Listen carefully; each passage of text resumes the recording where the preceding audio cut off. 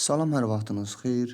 Güvən test toplosunda Azərbaycan iqlimi ilə bağlı 89-cu sualı izah edək. Sualımızda deyir ki, cədvələ əsasən Azərbaycanın iqlimi ilə bağlı uyğunsuzluğu müəyyən edin. Yəni, doğrunun altından yanlışları, yanlışın altından doğruları götürərik. Çünki uyğunsuzluq istəyir bizdən. Ən az yağıntı Qobustanın cənub-şərqinə, Abşeron yarımadasının cənub sahilinə düşür. Bu doğru fikirdir. Respublikamızda ən az yağıntı Puta qəsəbəsinə düşür. Yəni, Qobustanın cənub-şərqinə düşür. Bir doğru.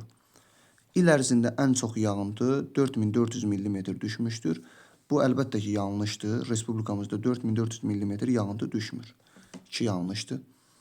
Cənub-şərqi Şirvan düzündə havanın orta illik temperaturu Samur Dəvəçi ovalığından daha çoxdur. Respublikamızda orta illik temperatur 14-14,5 dərəcə Selsidir və Kür-Araz ovalığında, yəni Cənub-şərqi Şirvan düzündə orta illik temperatur ən yüksək miqdarını alır. Ona görə də Cənub-şərqi Şirvan düzü Kür-Araz ovalığında yerləşir və Samur Dəvəçi ovalığından daha çoxdur burada orta illik temperatur. Bu da doğrudur. Dördüncü fikir, orta dağlığa doğru günəş radiasiyasının miqdarı artır.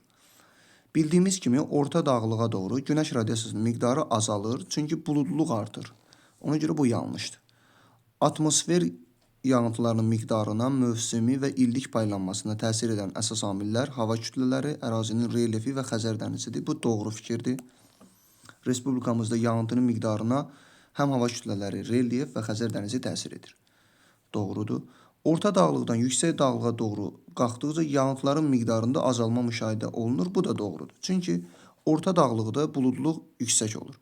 Orta dağlıqdan yüksək dağlığa doğru getdikcə buludluq azaldığı üçün yağıntının miqdarı da azalır. Bu da doğrudur. Doğrunun altında yanlış, yəni 2. Yanlışın altından da doğruları götürürük 5 və 6. Düzgün cavabımız olacaq C variantı.